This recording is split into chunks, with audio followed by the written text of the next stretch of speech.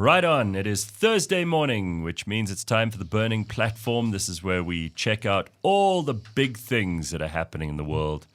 Especially here in South Africa, we're looking at what has probably been our biggest overarching concern politically, economically, socially over the last year. And it hasn't got much better because it's being administered by people who don't know what the hell they're doing. So in order to talk about this, and we don't mean to depress you at the end of the year, but it's worthy of discussion.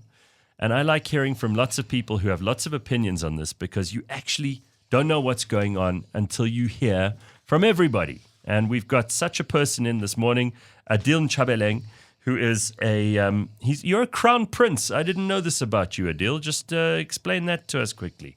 Well, it's a defect of birth, but... No, defect of birth, but that's quite a big deal. So must I call you Your Highness? Look, I'm a very easy person. I'm a simple man, and the title comes with the fact that I was born in a crown, space. As a royal family. Crown Prince of, the Nchabeleng. My surname is a village from the Limpopo. Okay. Coming in within the whole Limpopo royalty is part of our family. So damn right. That's I like where this. I'm coming in from. Well, I'm delighted, Your Royal Highness, to have you here today. And thank you for coming to talk to us about energy, because I think that's a very big deal. And I'm not exaggerating the point, I think, when I say that this has been the overarching issue for so many South Africans. Am I wrong, Phumi? For so many years. For so many years. So, Adil, let's talk a little bit about your day-to-day, which is that you're the president of Transform RSA, which is an independent energy business and consulting business. Yeah. So you must have had a lot of work because Eskom's such a disaster. There must be loads and loads of people. I've seen you on with JJ Tabane. I've seen you on with Leanne Manis. And it seems to me that you are offering some insights here that the others are not. So let's just start off with how you got into this. How did you get into energy? I'm a trained investment banker. I come from a financial and economic environment. And one of the things that drove me into understanding the space of energy is because in part of the portfolios I used to handle from investment banking days, I got to understand the ins and outs from financing, structuring of capital, the aspect of operating successful SOEs and everything. And we used to advise quite a lot of this main SOEs, government, private funds, capital, and a whole lot of that. So I gained a lot of insights. And that was in my previous life over 20 years plus ago when I was still in the corporate space. And then I took a total different turn. I became an entrepreneur, and I went for a social entrepreneur environment where I wanted to help with ensuring that our people can actually have, economic freedom in a way. And that's why we created Transform RSA. One is to transform the economic space of South Africa, make sure that we have equality in terms of people enjoying a similar lifestyle across the spectrum where you don't have black and white as in economically divided. You have a South African multi-racial nation and society that is completely transformed economically, socially, and politically as well. And that is why you're seeing we're bleeding and crossing the lines. And that's one of the inspirations for me, because coming out of a corporate financial sector, banking, investment banking environment, you get to see the capital and the power of capital because it decides lives. They use money to either correct or destroy a cause, and in this case, capital in South Africa has been deployed to destroy in most cases. And that's one of the things that really, helped me to go into the capital space, understanding these things. I started off as a, sort of a serial entrepreneur, and I still am a serial entrepreneur in a sense that I invest in ventures, I invest in business opportunities, and then I look at various things that are interesting for money making. My day-to-day life is managing operations of various entities, on top of it being the president of Transform RSA, as a civil society, / political movement that wants to see socio-economic transformation in South Africa, where we go into sectors, we work with a lot of young people, highly skilled, graduates, qualified in various sectors, where we say to them, take space in sectors, whether it is to do with telecommunications, if it is to do with agriculture, take your space and be rooted. And after that, make sure that you bring about the transformation that we want to see. And there's a whole lot of guidelines that we take them through, the training and development on it. So I'm involved in that space. And from there, I select personally from interesting projects that I do is things that I can invest in so that I can generate income. I don't do tenders. I don't work in the government. I'm not interested in government work. I stopped corporate life and working for any entity years ago. And I've been doing my own social engagements, businesses, opportunities, All right, and projects. Well, it gives us a little bit of background. Anything you want to ask before we get into ESCOM, Pums? No, well, I think an interesting intersection, financing and energy. And I suppose one of the things that over the past 3 days we've been speaking a lot about is this nuclear deal in the new Gazette, which is also about financing. Absolutely. And about energy and capacity back into our grid. And how different is this deal that is being talked about today from what Jacob Zuma was talking about all those many years ago? You know, when you talk nuclear, it's a controversial space. But I've been known only to because, be... and let's be clear about this, it's only controversial because when people talk about nuclear, they immediately think of 3 Mile Island, Chernobyl, Fukushima. Absolutely. They forget that there are hundreds of perfectly serviced, maximal output nuclear power stations all over the world. France is run on nuclear energy. It's cheap. Totally. It's efficient. It delivers the megawatts you need. Whereas wind and solar and all that bullshit, you need like the whole of the Eastern Cape to be covered in ugly windmills. Half of South Africa. Half of South Africa. And then what do we have? We kill all the birds on these damn things. It's environmental pollution of a different kind. But no one wants to talk nuclear because, as you said, it's controversial now. Look, on the controversy side of it, and I'm glad that you opened it up so well, that nuclear it's actually the safest. Yes. Show me any population deaths of any nuclear. Even Chernobyl didn't kill more than 2 people. Right.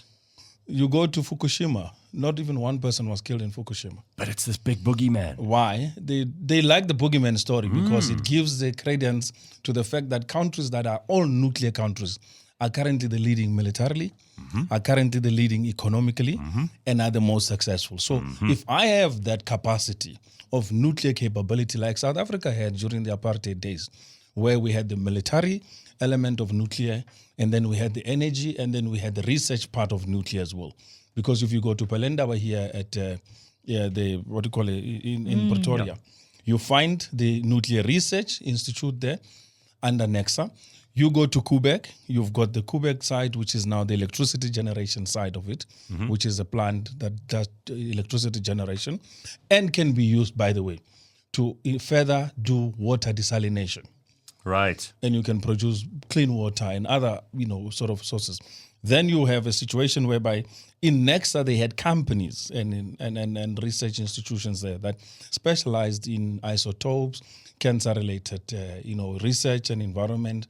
South Africa was leading in terms of producing in that 20 megawatts nuclear reactor. They were producing a whole lot of medicine. They were the second in the world in terms of producing nuclear medication, right, and sending it around the world. There's never been a reactor crisis. There's never been a meltdown. There's never been a so-called, nuclear danger type of relation. And we come from a history where the old regime was so keen to disarm everything and to denuclearize everything that they also liked the boogeyman narrative. Yeah. Let's also face up to the fact that we could have gone down the pebble bed modular reactor path, which was being touted very, openly. It was something that for a while government were quite warm to.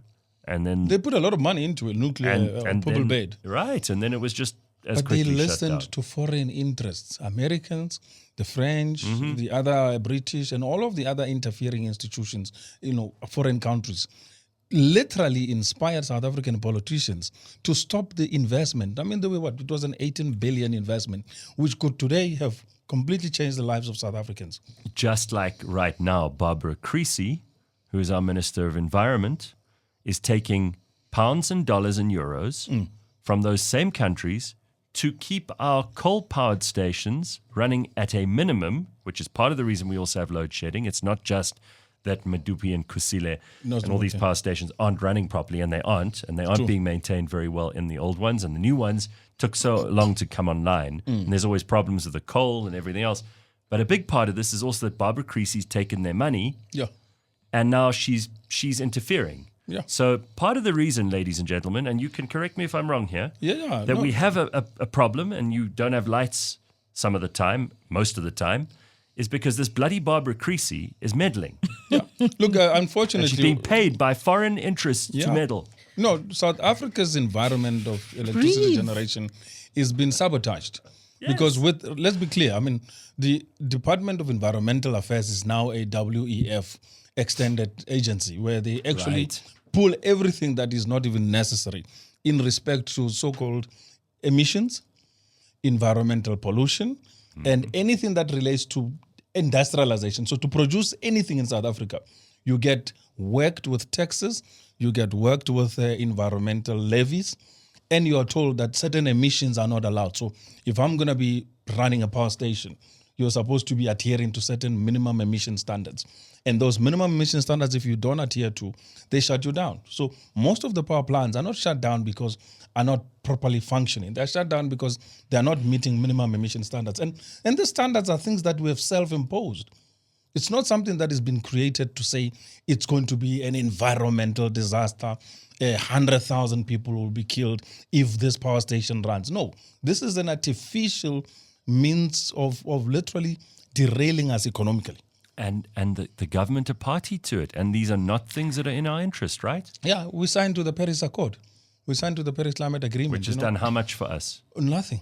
Totally brought nothing, and it's destroyed South Africa's economy. You know, when I wrote yesterday's column, people said to me, but how can you say we were blaming environmental commitments? And I said, of course. The commitments we made on the Paris Climate Accord is the one that has today slowed down our economic transformation, has slowed down our industrialization, has slowed down. We have over 16,000 megawatts of power plants just sitting.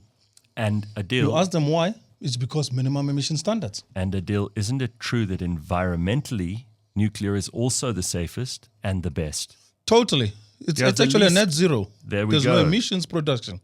Thank you. And they don't want South Africa to go into it. Now, the Greenies are all up in arms. They're very upset with the fact that South Africa has just announced that they are going for the 2,500 megawatts in terms of nuclear deal.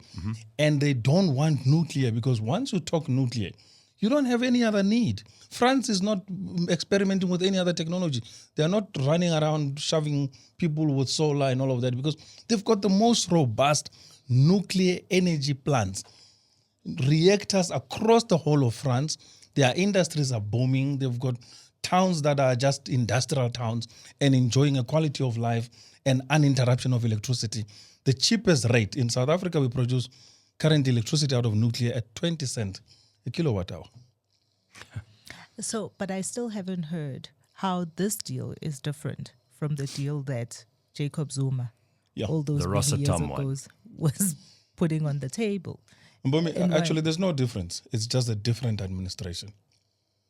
2,500 megawatts from 10,000 megawatts. They've just reduced the bulk build to a smaller scale. The same spec is out there. The same proposal that is actually being now adhered to, and the same rules are going to be there. And the fact that it's under a different administration is what is deemed as different. But That's other it. than that, there's nothing else.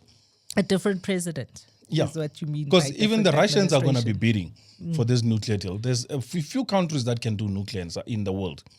And Russians, Chinese, Japanese, you're looking at the French, and then you're looking at the Americans, and they're all going to be competing to be participants. So any consortium that is going to be participating in this process is going to be working with these few countries that are available.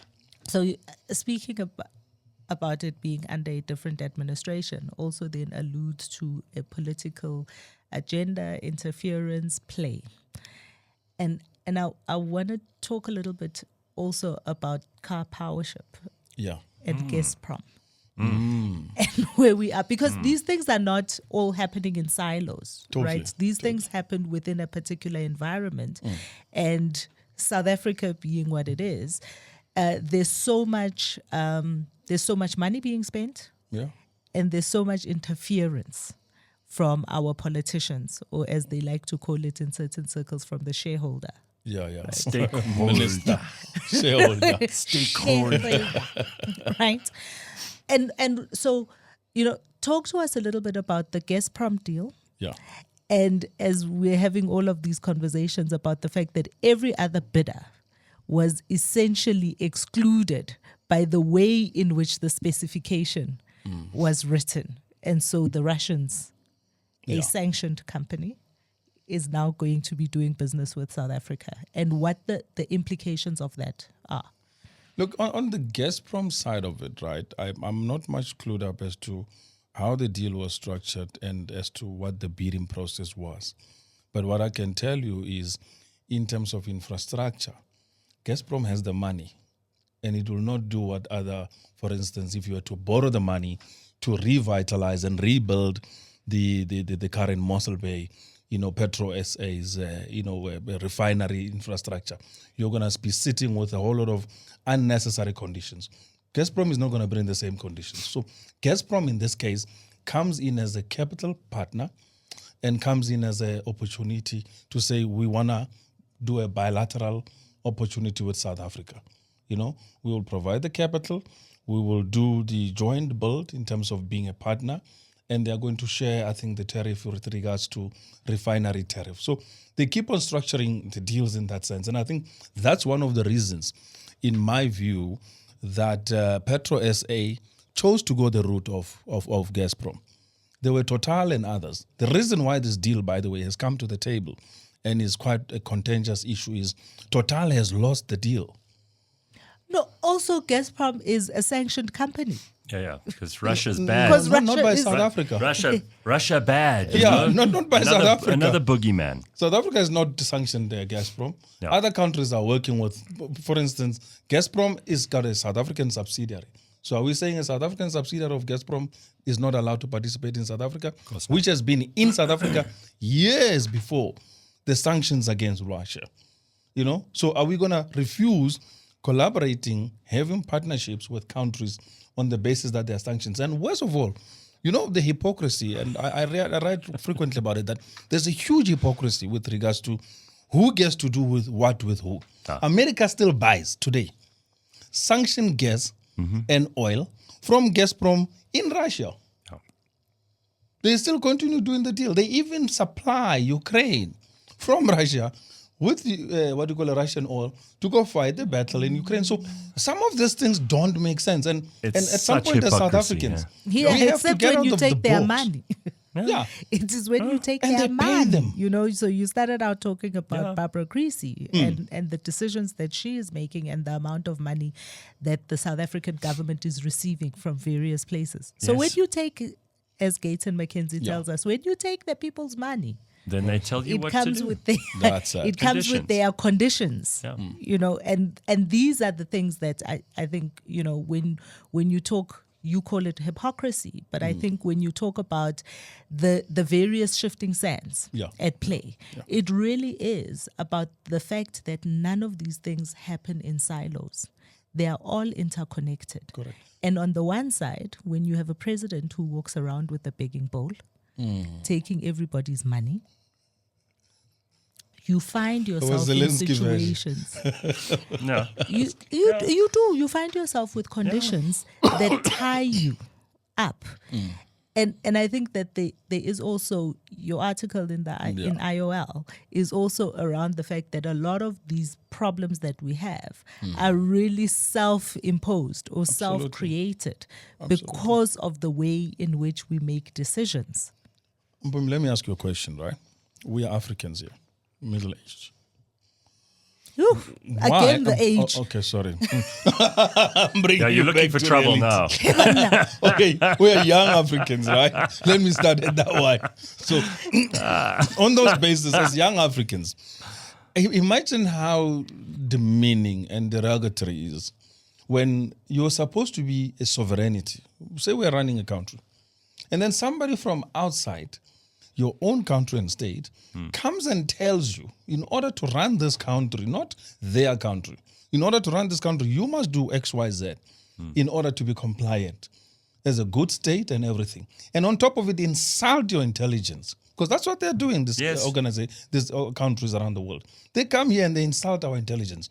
They come and tell us, you're not supposed to be doing nuclear because you're an African country and we can't trust you. We don't trust you. You don't have the capability, and you have not shown us that you can be trusted. Who says I must be adhering to such regulation and rules, And this politics, and unfortunately our politicians are so old that they're scared. I mean, you can't put Minister Barbara Creasy in a position to go and negotiate when she's already at a frail age in her life. Everything is scary. You even just being older in that generational gap is strange because you're not able to stand your ground. You need bolder young people who can go and negotiate on the table and say, guys, no. This condition we are not going to agree. We are going to take this, we're going to take that because it's in our best interest. Because politics is about your interests. Politics is about interests, but I do also think that it's not just that they are old. No, it's because they are old that they are scared. I think it is because they are not experts in the area in which they are operating.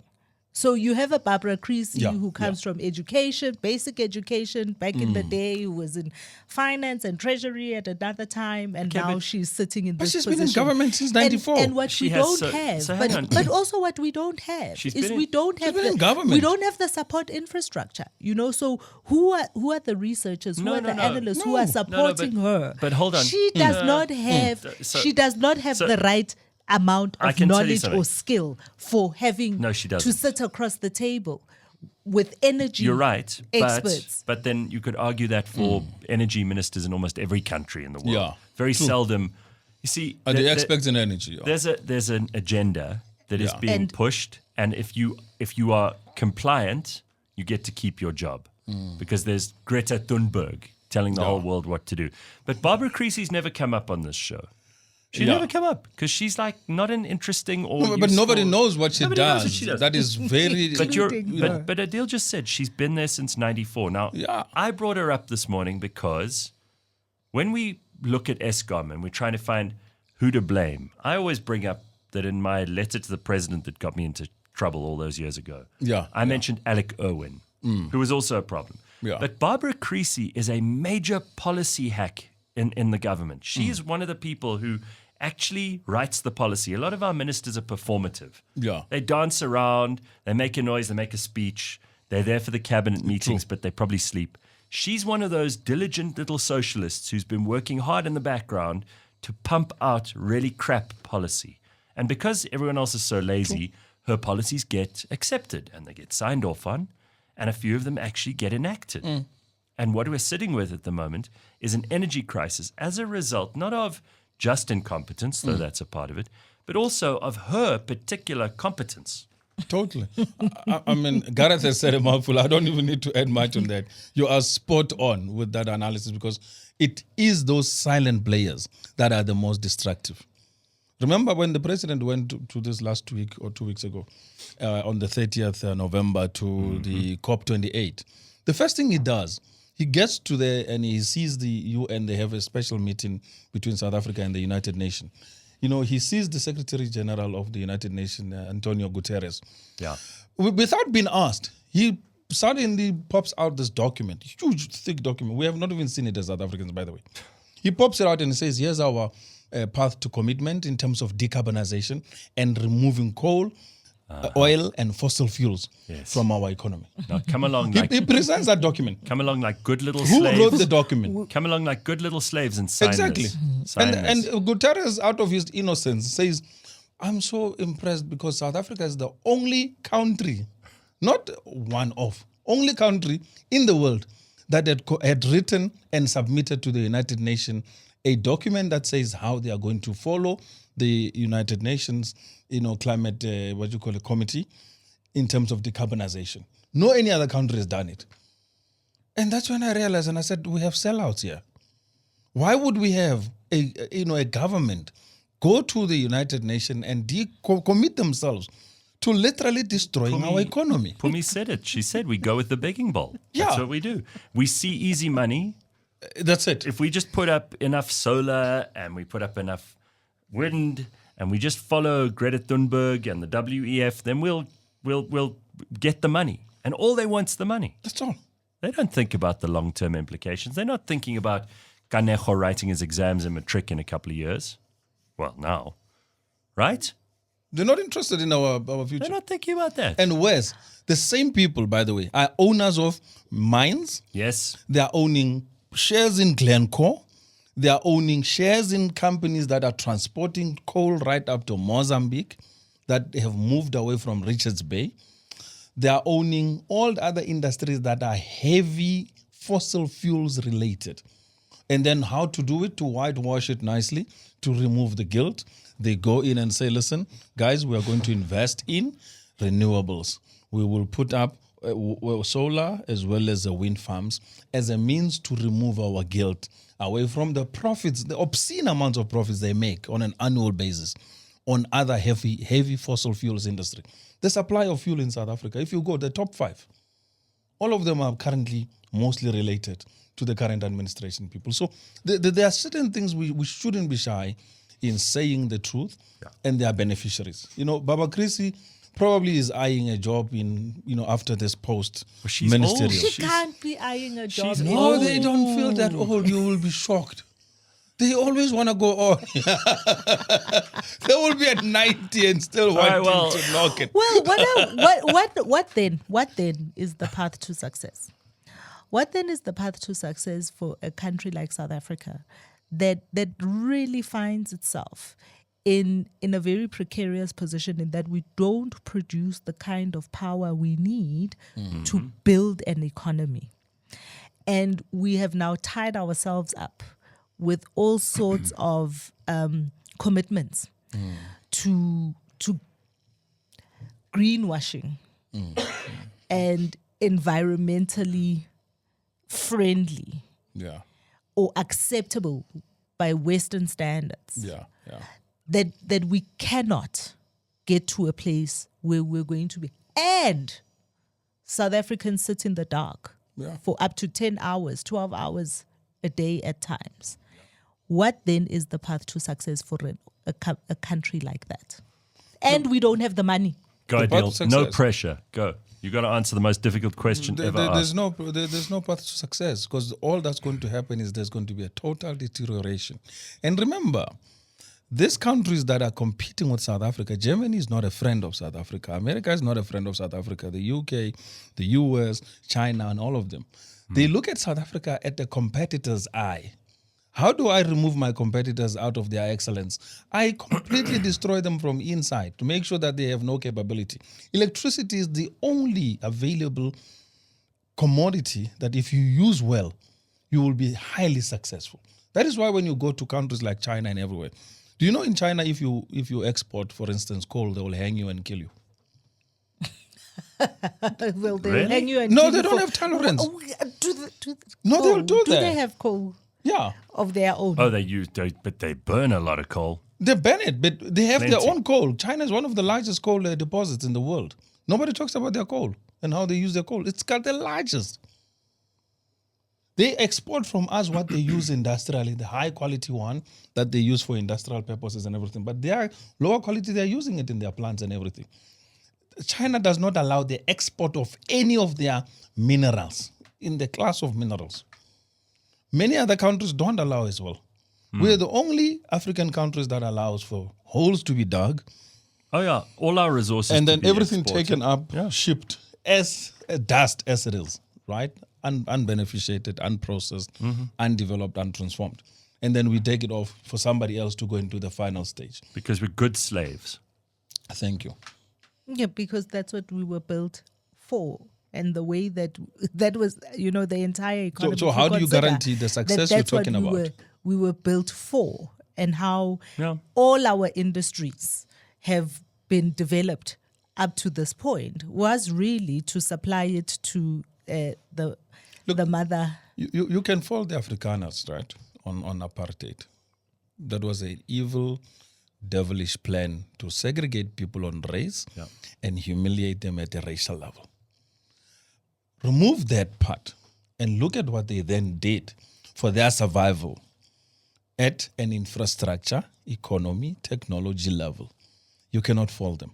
Because when they found themselves at the back foot of the pressure of global interest, they had to become economically self-sustainable and independent. They built the industries, they built the power stations, they made sure that there's water. Remember this the Vaal River as well as the Vaal Basin of coal and everything was not even a natural river, by the way. Dr. van der Bijl, they pulled out a dredge. They drenched out from Lesotho. They drenched out that whole canal that ran from Lesotho right up to the Vaal area, which now became the Vaal River, a thing that we use in Gauteng for the water. They drenched it from as far as that, pulling it right into Gauteng, into making sure that we have water for industrial purposes. Then there was an exchange between Lesotho and South Africa to say, if you provide us with the water, we will continuously provide you with electricity as our spin-off benefit. Okay? And Adil, when did this government last do a project of that scale? I don't think they ever have. Never. No. Right. We're too far away. I mean, the people there, they can't do it. I told you, they're too old and most of them are just too scared. Anything you bring to the table, they first want to know There's a lot of ageism in today's show. With Ben earlier, the sport with the old wives. No, but, I mean, Gareth, what do you expect? You've handed over a country like South Africa, an incredible country. I've been around the world everywhere. I still come back here and say this is an amazing country. The beauty, the space, everything that we enjoy. You don't find it anywhere in the world. And we have handed it over as our generation. And we refuse to participate because we are intimidated by these personalities that are playing politics. It's a disgrace. And it is partly, as Madiba said, it's in your hands. But all we've done is keep our hands dirty rather than wash them. Yeah. Now, I need to ask you, because as an energy guy, there has been an enormous opportunity which has been exploited by very smart people with solar and everything. It's getting off the grid. Yeah. I know so many people are getting off the grid. Obviously, this is bad news for Eskom in the long run. But they're so stupid they don't even see it. Yeah. And if they do see it, they're so incompetent and they have no answers. So they go, well, any solution is a good solution. And then even Barbara Creesy's policies get thrown on the floor. So what is the future for independent energy producers in South Africa, especially in the light of the fact that Gwede keeps telling us, oh, no, he's going to allow everybody else to add their power to the grid. Do you think that could be a way out for us? Or independent power producers? Yeah. There's no state in the world that runs on any independent power production. None. Zero. If you find one, then you will find a Jamaica. You would find a Caribbean country that just uses electricity for lighting. There's no industry, there's nothing, and then you become a tourist destination hub for, people who want to be in a bit of a hippie mood and, smoke a bit of grass and enjoy life. But apart from that, there's nothing else that you can do. I mean, so to be industrial, to develop at a mechanical, engineering, technological scale that we need, you need massive electricity, and that electricity cannot be produced from the current sources that we have. Unfortunately, the science is not yet even fixed on it, where you can use solar and wind in order to produce enough sufficient capacity. In Europe, what they've done, they use nuclear, they back up their wind farms with nuclear. As the wind comes in, they utilize it, and then they use nuclear to balance it off. Because there's a science around it. Electricity is not just produced as and when, like you would produce, for instance, when the sun is shining. There's an inverter that does the balancing, right, and then it stores, and then it makes sure that when there is no availability of electricity, it kicks in the battery, and then it uses Eskom, for instance, to balance out in terms of all of that. So what has happened is we rushed into adoption, not having the necessary technology capability. This electricity capability has been around for 200 years, the most proven. It started with DC, which is direct current. Now it's running on DC and alternative current. And it works. It's the cheapest form of electricity. And it's the cheapest form of industrialization. You go to China, you ask somebody about their electricity bill, they'll laugh at you because it doesn't exist. They don't sell electricity for living. They sell electricity for industrialization. They want to see the electricity bill. They'll show you all these things that they've built I mean, it's incredible. You So can't hang on, even imagine. that's quite a big deal because often people like Fikile Mbalula who are going around saying, the perfect template for us. No, don't do that, Phumi. Don't just let me finish with Fikile before you start. Like Pumi's put her head in her hands when I just mentioned Fikile Mbalula, but he keeps saying to us, China is the perfect template. We must follow them. They're a blueprint for what South Africa could be because the president said. The president said it too. Yeah. Not just Grandma Fikile. So why are they not doing it locally? you're telling me China, they do not charge people electricity for household purposes and to live. They only charge heavy industry and industry as a whole. Yeah. That's where their income comes from to pay for energy for everyone. And they've got over 1 billion people. Huge. The industries are not even charged for electricity utilization. They charge them an offset taxes to create the jobs, to create the industries, to create the opportunities, to create the export environment. So electricity is not a commodity in China. Electricity is the strength of the state to create this magic that they've created. That's why everybody's got everything. The lights are on, everything is on. They're not like us. They say switch off this and all. Everything is a light because they need it for development. You go to Guangzhou, you go to Shanghai, you go to their city. And I'm not talking from something I've not been there. I've been there myself. Mm-hmm. I've traveled China. I've gone through the provinces, unlike most people, and I've seen the industries. And the so-called Chinese labor system they talk about that is so slave-based. I've gone into some of these factories and I've asked the young people, how do you feel about your job? They're extremely happy. To point Maybe where they're not allowed to say they're not happy. No. I would have seen their unhappiness because you would have seen the conditions. I followed them up to the places where they stay. And you'll see. Take that quality of life. Compare it to a child in Africa. Yeah. Who has to go dig cobalt with their bare hands. Yeah. They have rare earth minerals in China. They have cobalt and others. You've never seen a child digging on the earth using scoops and funny metal buckets and all that crap, running around on the hills and trying to make this. So I asked somebody, they said, no, China is better. I said, if that is what you call bad, please bring it to South Africa then. We can work with that bad. It's at that level where at least the kids will have an opportunity to get out of the poverty, the state of transformation that they have been, subjected to. 80% of South Africans are poor. Yeah. Just go out of hunting, you'll see for yourself. 80% of South Africans are poor. So we'd rather sacrifice the 80% on the joyfulness and happiness of a 1% and this 5%, which is us, the middle class, who enjoy the best of everything and we can have our lattes. And as a result, we don't care about the extended relatives that we have who are poor and isolate and, enjoying that life. So I'm passionate on energy because I know its spin-off effect on changing lives, on transforming the economy. And South Africa, had we done what we inherited from the former apartheid government in terms of infrastructure, we would have been one of the best today. You use an interesting word, sacrifice. Yeah. Which was also in your article, the word sacrifice, that South Africa has sacrificed. Absolutely. Or the South African government has sacrificed our economy to appease climate activists. Fanatics. Yeah, fanatics. Greta Thunberg. Gareth just said it, No, she's a fanatic. And why should we be listening to some Swedish chick about what we do with our power? It's outrageous. So, and I think for me, more than just laying out all of these various things, it's all quite interesting to hear it. It's also important that we are able to, once we've identified what we think the problems are, consider how to move forward from where we are. So when it's going to take a war, Phumi. What does it take? It takes a war. At this rate, let me tell you. What do you mean it takes a war? It's going to take a war. South Africa is it's between the two precipices, and I can tell you politically because I'm involved, right?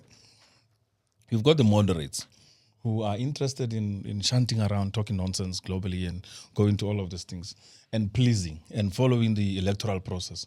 Yeah. They get elected, and when they get elected, they get read the script.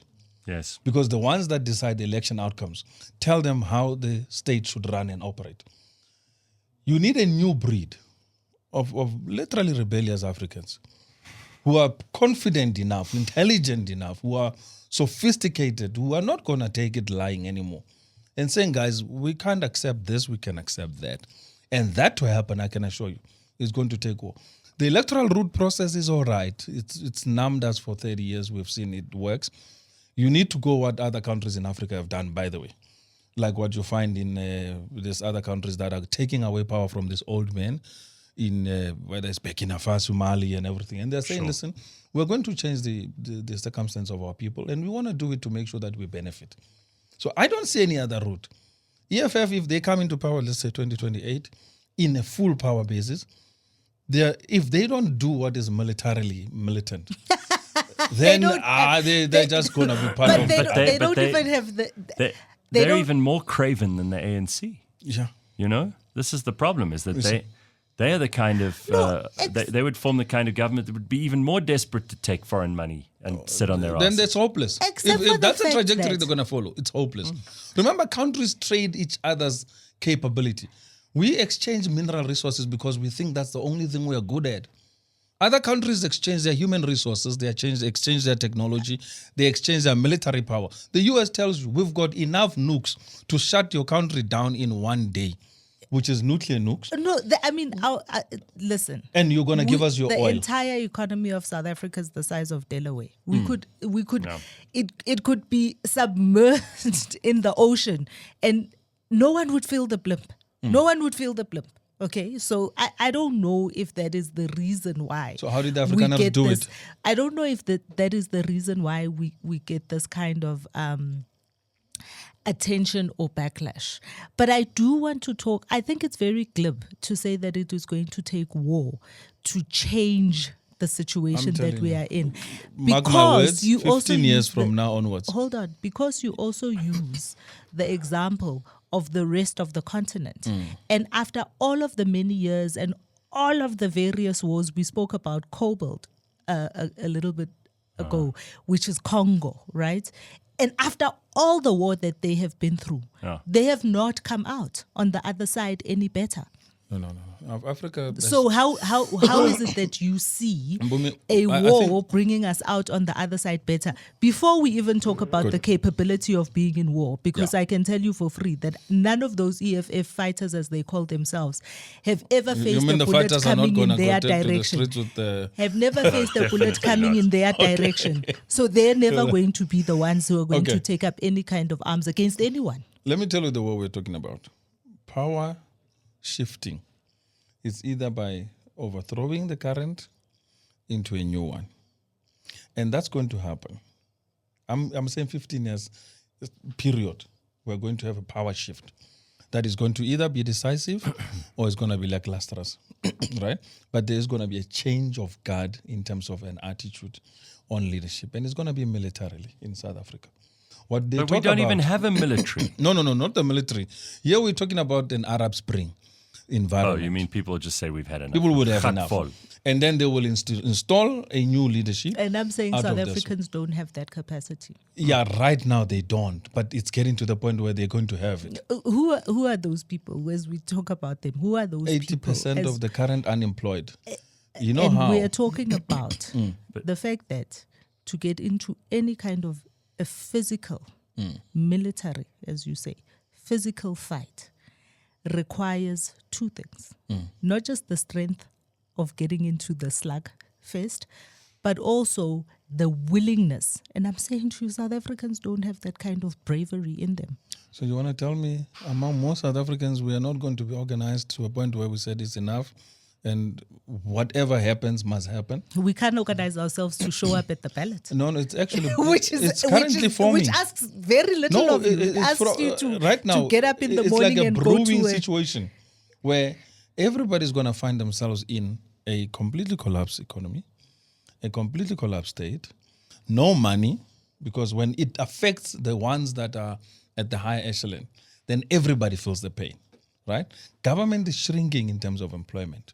The ones that are currently creating the buffer, when they take away the social support grants, you're going to find people now taking agitation to the streets. And again, I'm giving you this insight for totally what I see happening. There are groupings in South Africa that are currently feeling the fact that we have tried the democratic route, we are not successful. We are trying the political route, we are not successful. Now, what is the only other option left is to go back and revive the liberation process and struggle. And that is another thing. The war part of it is South Africans are too comfortable. They don't want to go into a war. But there will be a power shift.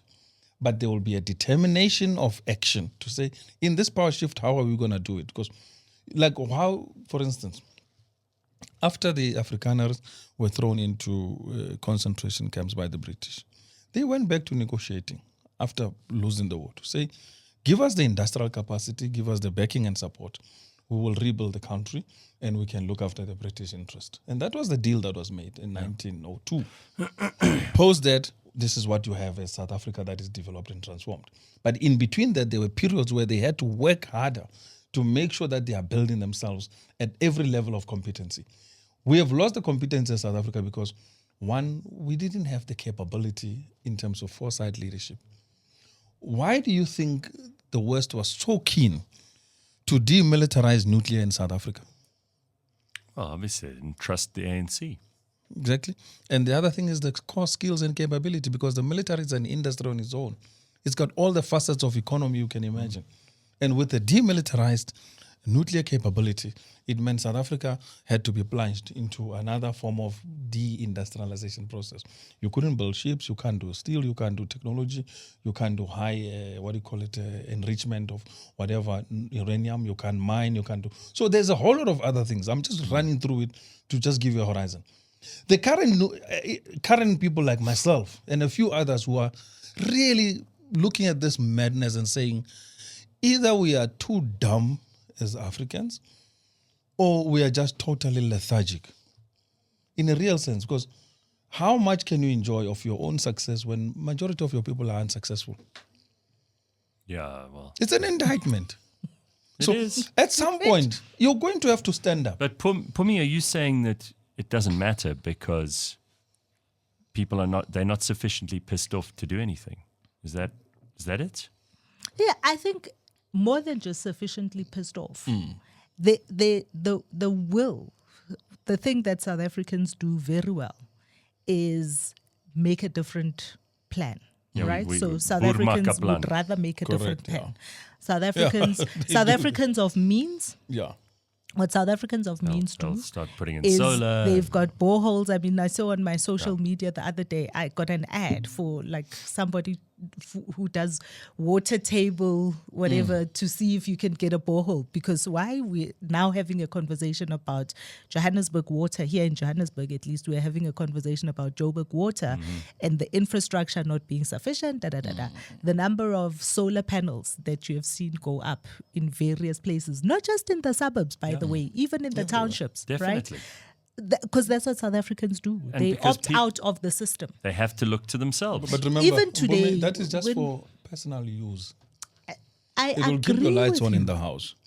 Take away ESCOM, put up all that infrastructure. In 3 days, you'll be running back and saying, why is ESCOM not working? Because it only works as a backup system. And that's where the limitations are.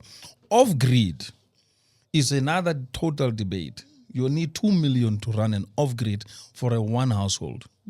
Total off-grid. Yeah, but all I'm saying to you is that what we sit with currently in South Africa is we also have a macro or a mass mart or what are they called now? Whatever, the right? retailer, mega retailers. Who then goes, okay, so the system is failing us, the backup, the electricity is not. So what we're going to do is we're going to turn all our parking lots into solar. Nothing wrong. And give this the is light. what we're going to do. And this is what happens with South Africans. You'll get the instead light. Instead of getting upset and saying, how do we change the Barbara Creases and the Cyrils and the da-da-da-da, all those businesses don't say, we're fucked if we don't fix this. They say, no, let's support this government. Yeah, that's the to problem. And Big problem. prop it up. That's what happens. Where I've already spotted it, I'm telling you, it's a brewing reality. South Africans, and yes, for personal basis, I will opt to say, let me be safe. But when it comes to the industrial capability and you no longer have that safety net, we're going to go back to demanding that we must have a functional state. Because if you're saying it's going to be completely each man for himself, then you have a complete, that's worse than even a rebellion. You'll have a collapsed country, which was a former colony, like you find in Africa, where only a few rich and handful will enjoy everything because they have capital, they bring money from wherever. But we're already there in some ways. Yeah, we are. In many and that's why ways. most people are unhappy with the situation. Try today. Which is instance. also why when you say a military or fight or militant. war or war, as it were, and use the rest of the continent as the wars in the continent, Phumi, had nothing to do with African liberation. Those ones were mineral wars to do with resources. The proper militant Or it was talking about resources genocidal now. tribalism. Yeah. That one has got nothing to... All wars in Africa, anything from 1960 that was wars, had nothing to do with liberation because most African countries were liberated before 1960. Right. So apart from that, you're not going to... What we're talking about is people saying this is an Arab Spring, too much is enough, and we need now to have our own sovereignty of enjoying. Because we have tasted good things. You want to continue living it. You're not going to go back to some village, put up a shed, a hut, and then have a little bit of solar and say, I'm going to enjoy the environment and the atmosphere. I don't have an income, I don't have industries, and I'm fine. And as long as, once a year I could hop onto a bus and then go to some destination. Not going to happen. We've tasted the best of everything, the cars, the lifestyle. That's me moving to Bergville. Exactly. So even moving to Cape Town is today an expensive exercise. You need money and you need an economy that will support that. You need consumers on the other end. Yeah. So that one is going to be a serious militant groups are going to start rising up and say, listen, guys, correct this nonsense, get a state in place that's going to work. Not disruptive like people fighting for who's going to control the reserves of cobalt. And then you have some company coming from another country funding military interest. No. But what we also see a lot of, so as you say, people are going to say enough is enough. We need a functioning state, and this is Sure. A state is a armless, legless, brainless entity. It Especially needs brainless. people. Especially brainless. It needs people in there to be the ones who create a functioning system. Correct. We're talking this week again back to the ESCOM story. Dan Marokane being reinstated at ESCOM as an executive and now chief executive. Mteto Mnyati as chairperson, right? Yeah. You need individuals who are willing to more than just say, I'm comfortable where I am, but to also say my skill, my knowledge, my experience, I am willing to apply it in the state to make things work. Again, South Africans, we're not patriotic like that. We're not interested in being part of that. It's changing. You think it's changing? It's changing. Read the lingo now on the ground. The younger people are no longer tolerant. They are not the version of our parents anymore. They're not the ones who are going to sit back and say, let me continue life quietly and everything. No. It's changing. They're agitated. I mean, look at the amount of groupings that are forming political parties. What's going to happen when they don't win power? 635 political parties are registered this year to go and contest next year's election. So it already tells you what's going on in the ground. I'm not sure whether to be excited by what you're saying or terrified. No, don't be terrified. It's not going to be a bloody war. There's going to be a power shift. Whether it happens through the EFF process where they come into government as a militant, a socialist militant, or in the future it happens whereby another group comes in and say, listen, guys, we are too organized. You guys are not organized and you don't have a vision to lead. Step aside. On a proper coup. It's a possibility for South Africa. On a proper coup to say, no, step aside. You're not organized. They're not going to kill rampantly South Africans and have a tribal war. No. South Africa is integrated to that point where nobody wants tribalism to reign anywhere. They want to see their successful lives. And they want to see a leader who they can back up. One of the reasons that people didn't really understand why Zuma had a very strong charismatic thing is he brought back the hope of it is possible for Africans to do it. And that's why people still have the affinity to the following, Zuma in terms of that, because he came in and changed the rules of the game at an international level. He went and did things that most leaders could not attempt to do. We are going to be a BRICS. We are going to start a bank. We are going to do this development. They built 2 biggest power stations in his time in South Africa, Medupi and Kusile. And if it was not for those 2 power stations by today, we will be in a total dark. These are the realities. 16,000 megawatts that is sitting right now. It's old power stations. I'm guessing you're not a big fan of Silili. No. I support Cyril. I support his government, but I don't agree to some of his policies. He's sunk us into wrong policies with regards to his exiting out of coal. Coal is a mainstay of South Africa's economy. You can't exit, and then you can't. The other thing is, when Cyril took over, he found a functioning ESCOM. Well, was it? Because I don't know about that. I would dispute that. There was no. I would say there was no load shedding. I would say there was already a problem, as I mentioned, under Alec Irwin. Alec Irwin who was in Thabo Mbeki's administration. True. I so much love getting into conversations that will, and I used to say this with the issues around Jacob Zuma, that making this a personality problem terrible is thing to do. Is really missing out on what the bigger problem is. The bigger problem is Cyril is not alone making decisions. Neither was Jacob Zuma alone in making decisions. True. In fact, one of the things that the African National Congress love to tell us about is their collective responsibility. But for some reason, when we get into conversations of this nature, it becomes about an individual. Whereas actually, we need to consider that the collective responsibility for the problems we are in right now must be put at the doorstep of Luthuli House while they have Luthuli House. Yeah. Before they get kicked out. Totally. Right? No, it's over already. Luthuli House is being auctioned, and if they can find the money, wonderful. They are now in 100 million rand dip in terms of debt, because where are you going to create that money anyway? The membership is not going to pay for it. So they're going to have to borrow again to make more concessions. Okay, so let's finish. We've got 2 minutes left of this. This is thoroughly depressing and terrifying conversation. No, but hang on. Adil's made some really amazing points here, and people are loving it in the comments. People are just absolutely eating this up. What are the comments? Okay, lots of people saying, thank God someone finally speaking the truth. We are lazy. You're correct about that. Arab Spring, I'll make sure I'm far from the front lines. But you've got people talking. So do you think that energy is going to be the Achilles heel ultimately that destroys the ANC? Absolutely. Okay. Load shedding has completely reduced every confidence people had in the ANC. You don't think they'll suddenly switch it on 4 weeks before the election, and because we're stupid, we'll forget? Look, they will do that, but again, it's not going to sustain. They will just keep up the lights so that the elections goes off smoothly and ban as much diesel, and somebody's going to make lots of money out of the diesel ban. Sure. A huge fortune. They've already spent 50 billion. Angiti Petrol SA will be supplying the diesel. No, they are middlemen on the diesel side of it, which are making a fortune out of it. And so what happens is, if the ANC does not keep the lights on during elections, they're going to lose elections outright.